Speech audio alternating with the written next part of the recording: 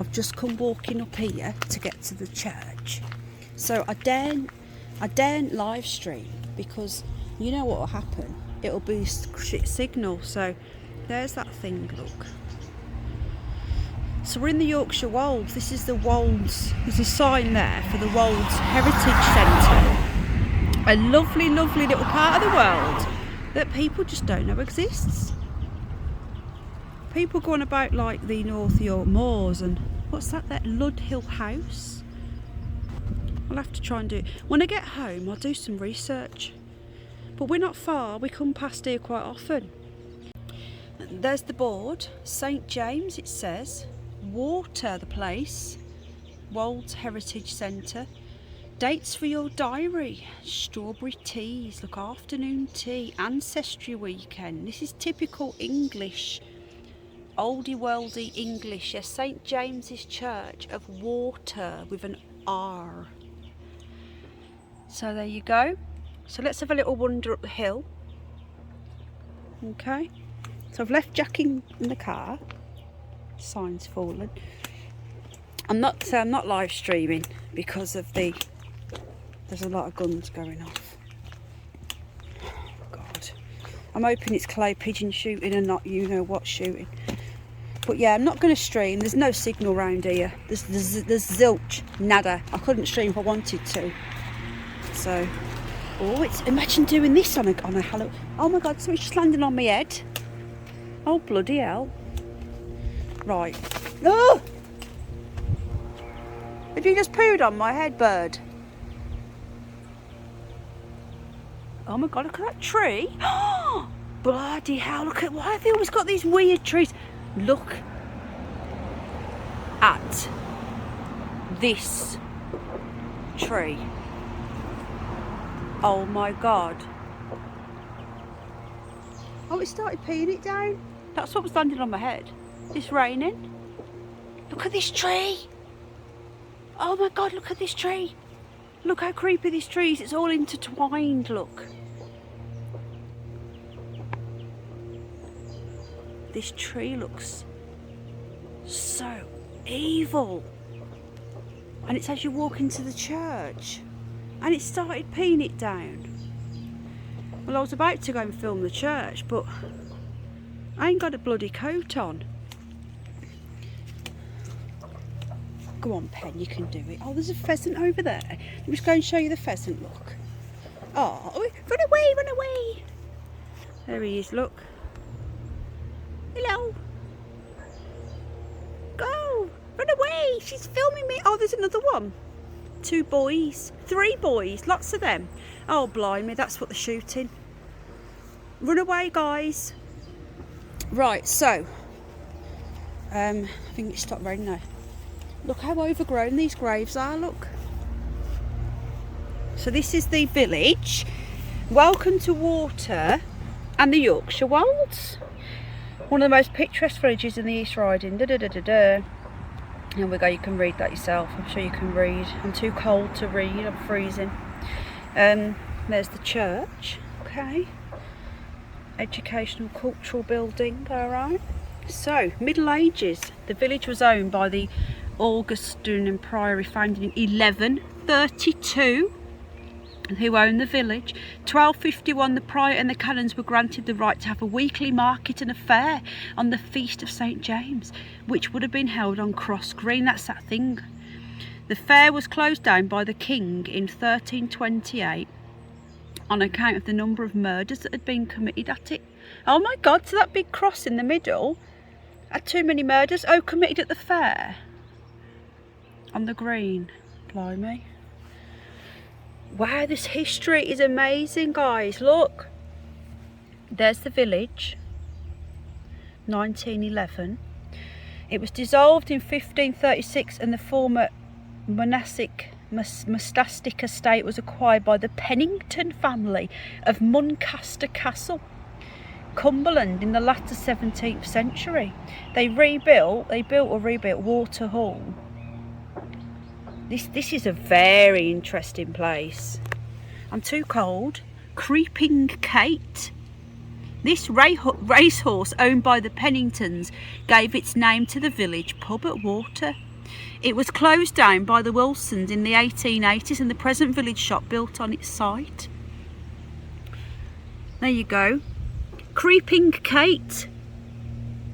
You got a horse named after you, Kate. I'm so bloody cold. I didn't know I was going to come here. We were going to pop to the monolith, but then I wanted to go home. I was too tired and cold, and I seen this place. I was like, yes, we have to pop in. Right, there's so much to look at. Look at all this. The pond, yeah. You guys may remember a couple of months ago we were filming a pond live streaming. This is, yeah, the thatch cottages on the green were created from single-storey stone barracks around 1930. So that's what you've just seen. There's the cottage, Keeper's Cottage. What are these? Ornamental cottages, 1880, Smith and Broderick of Hull. What about that hall? The gardens. So yeah, very interesting stuff. Right, let's have a little wander in. Bloody freezing. I can't believe, right, how they've just left this. Like, oh my God, folks, I've never been here before. Look at that building. There was no history of the church there. Wow. I'll tell you something, we're very lucky to live where we do. We don't live, we just don't live far. We don't live in this little town, little settlement. I won't call it a village. But we're not far, and we are very lucky to live in this beautiful part of the world. So let's have a look round here, shall we, folks? I'm bloody freezing. But right then, hello, Mr. Snail. Can't see the date, it's too old. Oh my God, I'm so cold. You may have noticed I don't do cold. I don't regulate my body temperature very well, so I'm too cold or too hot. Right. Usually too cold. There's more pheasants over there. Oh look, I think they're pheasant shooting. That's what their guns are. Hello. Oh, I'm not going to hurt you. It's okay. Oh, there's a nest of them over there. What's this one here? It's a crutch. It's not a gun. You're okay. Wow, blimey! Look at this one, folks. 1815, that one. So yeah, we was going to go to the Rudston monolith, but it's quite a way out of our way because we've come over from the other side of Driffield. So we have to come through this village to get home. So we thought, why not? Now I have left Jack in the car because he likes to come on when I'm doing a live stream. So I said, just stay in the car, bud. It's cold. I think that church is open, you know. Please bolt this gate when you leave. It is open. I think we'll do a part 2. This is part 1. What was it called again? Was it St. James or something? There's too much here to cover in one video, folks. Way too much. I think we'll do part 1 on the outside and part 2 will be the inside. We'll be back this way next Wednesday. Oh, look at this, the church wildlife. The tiny brown Angus, one of the smallest British butterflies. Right, a lady's just come up to me and said I can go in. So here we go, folks. We're going in, we're going in.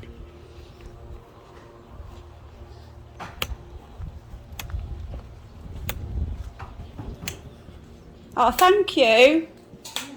It's such a beautiful church.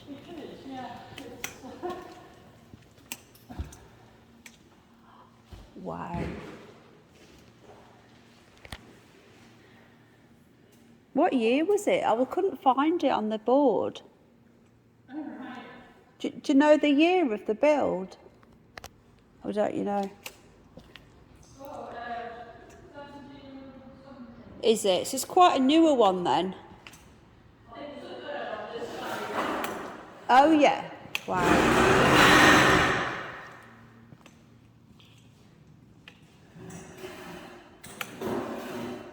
Do you belong to the History Society, do you say? No, I do videos on local history. Right. That's what I'm doing. information of people, and I've put it all in leaflet booklets up there and that. But you go up there and because it shows. I'll go how and it have a used look to now. be and Yeah, that. yeah. But It's beautiful. you can spend hours here actually. Yeah, I know. It really is, because there's another window at the other side, lunette windows, and through those gates there was a mausoleum. Oh, really? And to start with, I can only go back as far as the Penningtons, the one that they crossed the. We were just looking at that. The Yeah. Penningtons were was it the 1500s? Yeah, well, there was a family at Water called Stapletons, and they married a Pennington, and Yeah. they gave as a dowry, they gave the vicarage and so much of the land, and then he came to live here, did the Pennington, and then of course he inherited it all. And it was the Musgrave, Muncaster Castle, and it's across on the west coast. Oh, Isn't is it? Yeah. I've just read Yeah. about that. It says there, look, Lord Muncaster. Yeah, that's right, So Muncaster. so it's on the west coast. Wow. Yeah, it's Muncaster Castle, and then they sold it, and they sold it to a shipping magnate at Hull called Charles Wilson that used to have the Ellerman shipping line. Yeah, yeah. And he lived at Tranby Croft near Hull. And if you look down this side of the church, all those stained glass there, and those at the bottom and down here were all the Muncasters put in there.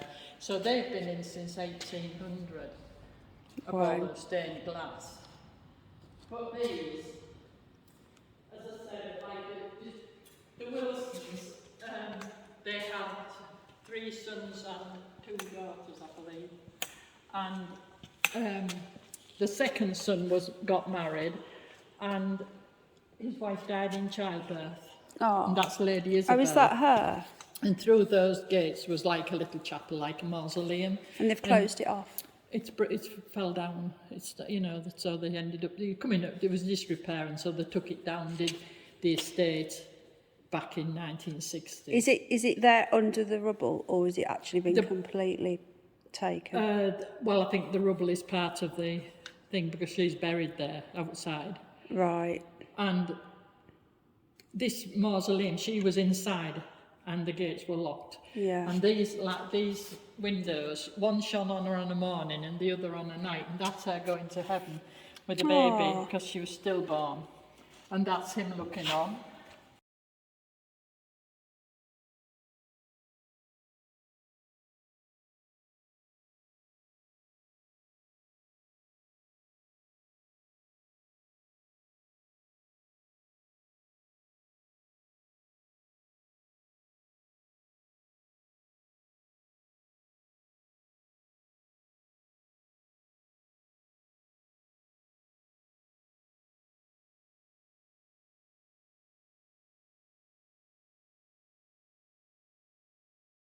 Yeah, we're enough to keep it going, but we have to earn between 2,000 and 3,000 during the summer because it's only in winter time it's bad to get to. And Do you have to pay is the building though paid for? Do you have to pay like ground rent and stuff as well, or is that just? No, the buildings. Well, at least that's something then. The building's paid for and that. It's There's nothing to do. It's just any of the repairs, which it's been open about 12 years since they've done it, and it's not needed anything. It's only now that there's odd things that want doing and that. Do you have like local people cutting the grass and stuff for free? Well, we do. You think you'd get some local men? There's a couple down at the pond, and they cut the grass and that. But my husband used to do the old part of the graveyard, but he's just crippled up at the moment because he's waiting for a knee op. And so, but yeah, we try and do everything outside and inside. And it's disgusting. Like I get so angry with all the taxes that we're paying for Yeah. what, and Yeah. and this is being. It just makes me sick. Yeah. Do you know how much they're paying per night for these Afghans? £250 per night per person. And if you or me wanted to go to the hotel, it'd be £39 a night. But the government are paying all these subsidies for the hotel. And the hotel owners are laughing. If I wanted to do a ghost hunt here, could I do something like that? Well, yeah, we're not open to anything, yeah. Because I am thinking about doing something like that, like trying to get a little group together locally, because I'm Yeah. really interested in the paranormal. Yeah. And it would just be like, you know, just getting an EMF meter and stuff. It wouldn't bother anybody. No. If I did do that, I could do like the graveyard, and then maybe I could come in here. But you've got my contact, I've got yours, haven't I? Yes, you have, but yeah, we just, you know, we just have a donation or a Obviously, I would, you know, yeah, I would sort that out. it's, I wouldn't just, yeah, we're open for anything, any offers for yeah, anything, yeah. just to raise some money, really. Definitely, yeah. Okay, well, I'll let me, because that sounds really interesting, you know, because I'd love to do something like that, because I bet there's a lot of, you know, look at this on the wall now, so, yeah, I think what we're going to do, we're going to come back, folks, and do a more in-depth one. So I've been talking to the lady, and there's so much history here. So that's 1833, so we could do a ghost hunt here. So there you go. So lots and lots of history. It's beautiful, this, isn't it? This stained glass. Yeah. Let's go and have a look at the lady over here. Lady Isabel, who passed away in childbirth. The north side of the nave lies the hauntingly beautiful maple figure of Lady Isabel Wilson. After her death in childbirth, aged 26, the Wilson family commissioned a monument from George Frampton. Frampton was the most sought after arts and crafts sculptor of his day. He completed the commission in 1908, the year he was knighted. The ornamental metal gates entwined initials of Lady Isabel and her husband Guy mark the original entrance to the Mausoleum in which Lady Isabel's monument once lay. Jewelled light would have poured down on her through two semicircular stained glass windows by Robert Anning Bell. Oh my God. So the light came in on the windows. There's so much history here, guys. We need to come back. Oh, I've done a little bit. I've done a bit of filming. Got some history. This was where her Colosseum, what's it called? Oh, Mausoleum was it? But it fell into disrepair through those gates there, and that's where she lays. Oh, yeah. This, we'll come back. We'll do some more filming. So this was just a quick visit, and we've got some history, and we'll be doing more on this one. And hopefully we'll try and help out raising some funds, because all of this church is funded by the locals. It only reopened 12 years ago, the lady said. It shut down because no one's funding it. The government don't care, nobody cares. And this is our England, you know. Anyway, thanks guys. So there you go, did you hear that? So I've had a good chat with the lady. Some of it I filmed, some of it I didn't, because I felt quite rude filming our conversation. But I caught most of it on camera. So this church fell into complete disrepair for many, many years. No one cares, nobody's want to fund it. So some of the locals in the 60s bought it for £1 each, and they own the church. But they couldn't afford to keep it going, so it all got closed down. And then a couple of 12 years ago, the local, they formed a little preservation society. I've just got some leaflets on it, and they're trying to keep it going with afternoon teas. And I didn't realise the state of how bad this country was. I didn't realise that our churches were being kept open by local people doing little teas. I'm just speechless. I'm just, that poor lady. Her husband usually cuts the grass, but he's ill. And what about when these elderly people that are doing all these tea rooms, what about when they die? Then what? Who's going to do it? Nobody. I want to help these people. They haven't even got a donate link, it's all cash. So I've said I'm going to try and help her, do like a little video and try and help her set up a website and stuff. Because she was just telling me then, before I went, that recently a coach load of Americans came through on their way to the ferry, and they stopped off here just randomly. and they came in the church and they were absolutely gobsmacked at its beauty and what was happening. And she was just saying they nearly missed the ferry. They couldn't get them away. So for that, people don't know this is here. I don't want to lose our local history, our English history. I was also talking to her about certain events on the south east coast that she knew nothing about, and all the hotels. You guys know what I mean, the dinghy divers. She knew nothing about it. So we've got to keep telling people what's happening, and why isn't the money going on our history? Why is it going on them? Anyway, enough of that. Alright, take care folks. See you all soon. Bye.